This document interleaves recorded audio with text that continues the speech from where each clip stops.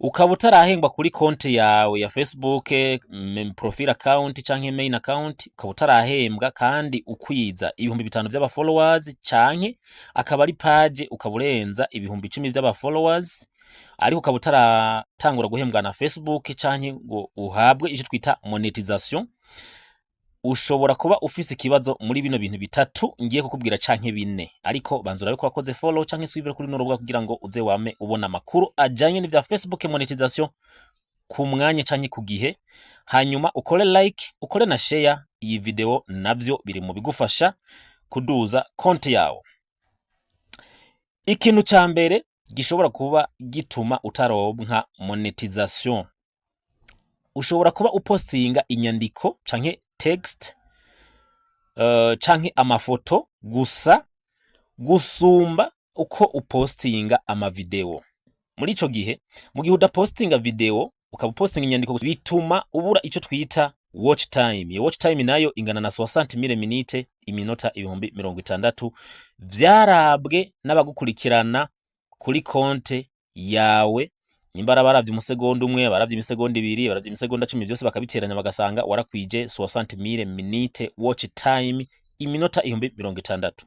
Muri ico gihe rero, ico ni kimwe mu bintu bituma utararonka monetisation kandi ukwiza 5,000 kuri konti isanzwe n'10,000 kuri page. Ikintu kigira kabiri gishobora gutuma warabuze monetisation kandi ufise aba followers bakwiye canke basabwa, nuko ushobora kuba profile yawe iri mu bihano, ntabwo ikiri recommendation. Mu gihe profile yawe iri mu bihano itari recommendation, muri ico gihe nta navyuzi uronka nubwo woshirako video 1,000, nta vyuzi uheza ngo uronke, kuko niba wahora uronka vyuzi 1,000, 500, 400, 800, uzosanga ushizeko video wironkera vyuzi 20, 50, kubera ko profile yawe iri mu bihano. Ibihano rero biza kuri profile yawe bivanye n'iki? Bivanye nuko upostinga ibintu birimwo ubuhumbu canke ibitera soni. Muri ico gihe profile yawe ishigwa mu bihano, canke ugasanga upostinga video z'abandi bantu utabifitiye uburenganzira. Ushobora kuba kandi ukoresha licensed music mu gihe uyishira mu ma video yawe utarabiherebwa uburenganzira. Ivyo navyo biratuma uteba kuronka monetisation canke profile yawe igashigwa mu bihano. Canke ugasanga upostinga video zitabona, zirimwo umwijima mwinshi cane. Ivyo navyo biratuma video zawe zitagera kure, canke biratuma profile yawe nayo igira ibibazo, bigatuma ubura monetisation. Ikintu kigira gatatu ari naco ca nyuma kandi kinakomeye, ushobora kuba uri mu gihugu kitari eligible. Solution narayitanze, narababwiye ko ushaka ko yihutisha monetisation ariko akaba ari mu gihugu kitari eligible, arondera umuntu ari mu gihugu kiri eligible, akaba ari wa mupostingira buri munsi, maze nawe akidekonekta, ubu utagisubira kwinjiramwo. Notebye, umuhaye konte kirazira gusubira kwinjiramwo. Mu gihe wowe uzi kuri mu gihugu kitari eligible, bisaba ko wewe uca widekonekta, hanyuma akaba ari we agupostingira amaposte yawe.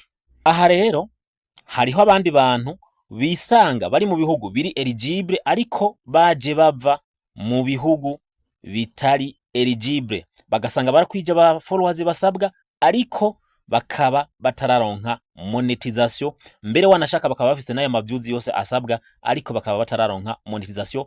Bakikanga bati mbega nibiki no kubera iki? Ushobora gusanga igihe wari mu gihugu kitari eligible, konte yawe wahora wikonekta ku yindi telefone canke ku machine, ukaja muri cyber ukikonekta, ukavayo utidekonekse. Canke ukasanga hari telefone wigeze kwikonekta ko y'umugenzi, mugabo iyo telefone ukaba konte yawe ikirimwo muri iyo telefone iri mu gihugu kitari eligible.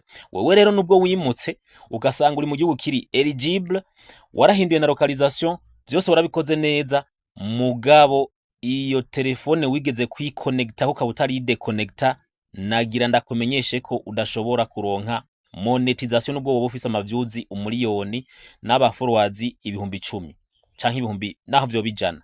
Nta monetisation ushobora kuronka mu gihe utinjiye guca muri settings hama uhindure uvate izo telefone zose wigeze kwikonectako uzidekonecte. Hakaba hari ikindi kibazo ufise ukibariza muri commentaire, hanyuma usangize iyi video n'abagenzi. Ciao, bye bye, duhure mu yindi video. Thank you.